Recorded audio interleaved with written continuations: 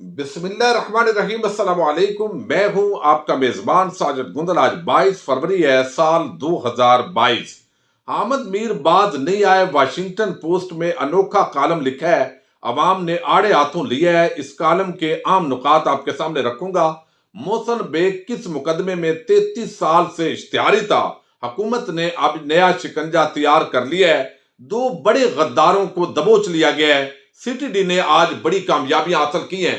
اسی خبر سے آج کی ویڈیو کا آغاز کرنے جا رہے ہیں۔ مسلح افواج، Rangers, levies, C T D مسلسل دہشت گردوں کے خلاف برسر پیکار ہیں۔ انٹیلیجنس ایجنسیز کا اس کے اندر بڑا کردار ہوتا ہے، لیکن حالیہ دنوں کے اندر کاؤنٹر ٹیررزم ڈپارٹمنٹ نے مختلف صوبوں کے اندر دہشت گردوں کے خلاف بڑی کامیابیاں حاصل کی ہیں، اور آج کے دن دو بڑے واقعات کے بڑے غداروں کو دبوچ لیا گیا۔ اور آپ کو یاد ہوگا 15 جون 2013 کو کچھ دہشت گردوں نے قائد اعظم ریزیڈنسی زیارت پر حملہ کیا تھا۔ 4 گارڈز وہاں پر موجود تھے، ان کو شہید کر دیا گیا تھا، اس عمارت کو جلا دیا گیا تھا، اور اس کے بعد اس کو دوبارہ تعمیر کیا گیا، اور انسداد دہشت گردی کوئٹہ کے اندر یہ مقدمہ چلا۔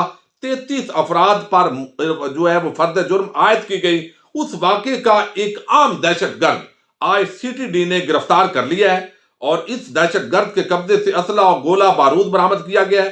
مبینہ دہشت گرد حساس تنصیبات پر حملہ کرنے کی باقاعدہ منصوبہ بندی کر رہا تھا، اور اس حوالے سے بتایا گیا کہ سی ٹی ڈی کی ایک کارروائی میں بانی پاکستان کی رہائش گاہ پر زیارت ریزیڈنسی پر حملے میں ملوث دہشت گرد سمیت 3 دہشت گرد جو ہے وہ گرفتار کر لیے گئے۔ پھر ایک اور بڑا دہشت گردی کا واقعہ سانحہ اے پی ایس، آپ کو علم ہے، کس پاکستانی کو یہ یاد نہیں ہے کس طرح بچوں کو زندہ درگور کرنے کی کوشش کی گئی، حملہ کیا گیا۔ یہ بہت بڑا دہشت گردی کا واقعہ تھا۔ اس دہشت گردی کے واقعے کے اندر کاؤنٹر ٹیررزم ڈپارٹمنٹ یعنی سی ٹی ڈی نے آج ایک چھاپے کے دوران عام دہشت گرد جان ولی عرف شینا کو گرفتار کر لیا ہے، جو آرمی پبلک سکول پر حملے کے اندر ملوث تھا۔ حکام کے مطابق انٹیلیجنس آپریشن کی بنیاد پر ملزم کی گرفتاری کے لیے ٹیم تشکیل دی گئی، جس نے طورخم اڈا کے قریب کارخانہ مارکیٹ کے اندر چھاپا مار کر اس کو گرفتار کیا ہے۔ تفتیش جاری ہے۔ اب یہ بھتہ خوری بھی کرتا تھا، اور بھتہ خوری کی بنیاد پر یہ پورا آپریشن ہوا ہے، اور اس کے بعد پتہ چلا ہے کہ اس کے اندر عام یہ دہشت گرد سانحہ اے پی ایس کا بھی ایک عام ملزم ہے۔ تو سی ٹی ڈی حالیہ دنوں کے اندر بہت کامیابی حاصل کر رہی ہے، اور ہم ان کو سلام عقیدت پیش کریں گے، چونکہ یہ ایک مسلسل دہشت گردوں کے خلاف جنگ ہے جو پاکستانی قوم لڑ رہی ہے۔ اب محسن بیگ آپ کو علم ہے، جس کو پہلے صحافی نہیں مانتے تھے، لیکن بغض عمران کے اندر طبقہ ملامتیہ نے اس کو اپنا امام مان لیا، اور پھر جس طریقے سے ایڈیشنل سیشن جج نے ان کی گرفتاری کو غیر قانونی قرار دیا، پھر اسلام آباد ہائی کورٹ نے بھی اس حوالے سے بات کی، لیکن جس طرح اس نے پسٹل ٹانی دہشت گردی کی، وہ انسداد دہشت گردی عدالت کے اندر مقدمہ زیر سماعت ہے، اس پر بات ہوتی رہے گی۔ لیکن بڑی حیران کن بات ہے کہ کس طریقے سے بڑے بڑے ملزمان جو اثر و رسوخ والے ہوتے ہیں وہ اس ملک کے اداروں کے سامنے ہوتے ہیں، لیکن اس کے باوجود ان کو گرفتار نہیں کیا جاتا۔ زرداری ہو، نواز شریف مافیا ہو، وہ تو سٹے لے لیتے ہیں اور سٹے پر چلتے رہتے ہیں، لیکن محسن بیگ اس نے کوئی سٹے بھی نہیں لیا، چونکہ اگرچہ سٹے جو ہے وہ ان مقدمات کے اندر مشکل ہوتا ہے، لیکن پھر بھی کوئی نہ کوئی معاملہ ہوتا ہے۔ یہاں ضمانتیں، عبوری ضمانت، کنفرم ضمانت جو ہے وہی فوجداری مقدمے کے اندر بڑا سٹے ہوتا ہے۔ اب محسن بیگ جو ہے اس کے خلاف یہ ایک نیا محاذ کھلا ہے، اور دوران تفتیش یہ پتا چلا ہے ایف آئی اے کو کہ تھانہ آبپارہ اسلام آباد میں محسن بیگ کو اشتہاری مجرم اور مرکزی ملزم قرار دیا ہوا ہے، اور اس سلسلے میں وہاں ایک ایف آئی آر نمبر 76/1987 میں سیکشن 307، 353، 419، 420، 471، 468 اور 332 پی پی سی کے تحت اس کے خلاف ایک مقدمہ درج ہے۔ کیس جی پی او اسلام آباد میں سیدھی فائرنگ اور ڈیفنس سیونگ سرٹیفکیٹ کی جعل سازی کا تھا، یعنی وہاں بھی یہ جعل سازی بھی کی اور سیدھی فائرنگ بھی کی۔ یہ شروع سے ہی بندہ جو ہے اس کا ایک بدماشی کا یہ ٹریک ریکارڈ جو ہے اس وقت سامنے آیا ہے، اور بعد ازاں آپ دیکھیے کہ یہ وہاں پر ان سیکشنز کے تحت اس کے خلاف مقدمہ چلا، اور بتایا گیا کہ اب اسلام آباد میں اس نے سیدھی فائرنگ کی، ڈیفنس سیونگ سرٹیفکیٹس کی جعل سازی کا یہ مقدمہ تھا۔ مقدمہ اسسٹنٹ سپرڈنٹ پوسٹ آفس کی درخواست پر درج کیا گیا تھا۔ وہ 33 سال تک اشتہاری رہا۔ جنوری 2020 میں اس کا نام حذف کرنے کی سفارش کی گئی۔ اس بہانہ یہ بنایا گیا، مقدمے سے نام خارج کیا گیا، اس بنیاد پر یعنی سائٹ پر کر دیا گیا کہ محسن بیگ کا مزید سراغ نہیں لگایا جا سکا، حالانکہ وہ شخص اپنی نیوز ایجنسی چلا رہا تھا، اسلام آباد کے اندر بیٹھا ہوا تھا، اور وہاں سے 2 کلومیٹر دور تھانہ آب پارا کی حدود کے اندر پرانا ریکارڈ اس کا جو ہے وہ نہیں ملا اداروں کو۔ حیرت کی بات ہے، جس کو بچانا ہو اس طرح وہ سیدھی فائرنگ بھی کرے، اور آج دوبارہ اس نے اسی طرح سیدھی فائرنگ کی ہے، جب اتنے ان کو علم ہو کہ یہاں پر ادارے جو ہے وہ فیسیلیٹیٹ کرتے ہیں اور کچھ بھی نہیں ہوتا۔ تو یہ فخر الرحمان صاحب نے آج یہ انتہائی عام رپورٹ جو ہے، ٹریک ریکارڈ ان کا سامنے رکھا ہے۔ دیکھتے ہیں مزید اس کے اندر کیا ڈیولپمنٹس ہوتی ہیں۔ حامد میر جو ہے وہ دیر اب جیو پر تو نہیں آتے، لیکن آہستہ آہستہ ان کی معافی تلافی ہو رہی ہے۔ ٹی وی چینل پر اب وہ تجزیہ کار کے طور پر آتے ہیں، اور پہلے کی طرح ہمارے جو مین ادارے ہیں فوج کو ٹارگٹ نہیں کرتے، بلکہ اب ان کا جو فوکس ہے، پہلے تو وہ کہتے تھے کہ میری پابندی کے پیچھے اور لوگ ہیں، عمران خان کا تو کوئی قصور نہیں ہے، لیکن اب وہ عمران خان کو ٹارگٹ کرتے ہیں اور کو بچاتے ہیں۔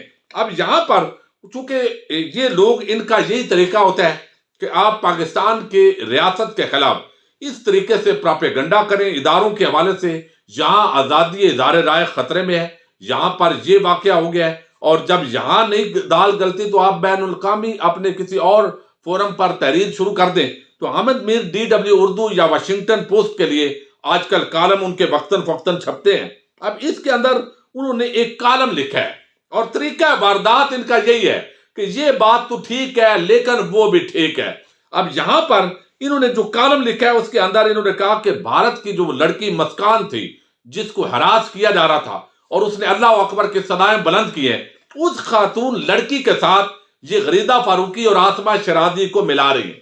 اب یہاں پر یہ کہتے ہیں کہ ہمیں بھارت کی مسکان کو ضرور سپورٹ کرنا چاہیے، لیکن پاکستان میں جو خواتین کے ساتھ ہو رہا ہے اسے نظر انداز نہیں کرنا چاہیے۔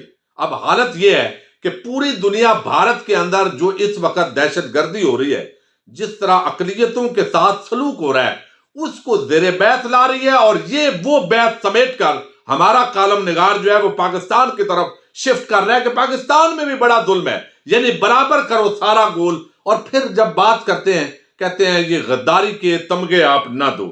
حامد میر کہتا تھا کہ ہم مسکان کو سپورٹ کر رہے ہیں، لیکن پاکستان میں تحریک انصاف والے آسمہ شرازی، غریدہ فاروقی اور دیگر خواتین کو آن لائن ہراساں کر رہے ہیں۔ آسمہ شرازی کو حکومتی حامیوں نے حجاب میں لپٹی طوائف کہا، جبکہ ایک خاتون عائشہ خالد آن لائن ہراسانی سے تنگ ہو کر صحافت کو خیر بات کہہ چکی ہیں۔ اب دیکھیے، جو غیر اخلاقی ٹرینڈز ہیں، میں ہمیشہ کہتا ہوں ان کی مذمت ہونی چاہیے، یہ بات اصولی ہے۔ جب اس طرح کا ٹرینڈ آپ بناتے ہیں اور اس طرح کے القابات دیتے ہیں تو آپ اپنا مقدمہ ہار جاتے ہیں۔ دلیل کے ساتھ ان کو رد کریں، کیونکہ یہ نون لیگ زرداری کے جس طرح ایجنڈے کی صحافت کر رہے ہیں، تو ان کے جو کردار ہیں وہ کھلی کتاب ہیں۔ یہ کس طرح مافیات کے پیرول پر اس ملک کے اندر صحافت کر رہے ہیں، ان کو ایسے غیر اخلاقی جب جملے بولتے ہیں تو ان کا کیس مضبوط ہوتا ہے اور عوام کا کیس جو ہے وہ کمزور ہوتا ہے۔ یہ ایسا جو ٹرینڈ ہے وہ نہیں ہونے چاہیے۔ حامد میر نے کہا ہے کہ تحریک انصاف پر یہ الزام بھی لگایا گیا کہ تحریک انصاف حکومت نے ملالہ یوسفزئی کی کتابوں کو دکانوں سے غائب کروایا۔ کیا فرق ہے بھارت میں مسکان سے نفرت کرنے والوں اور پاکستان میں ملالہ یوسفزئی سے نفرت کرنے والوں میں؟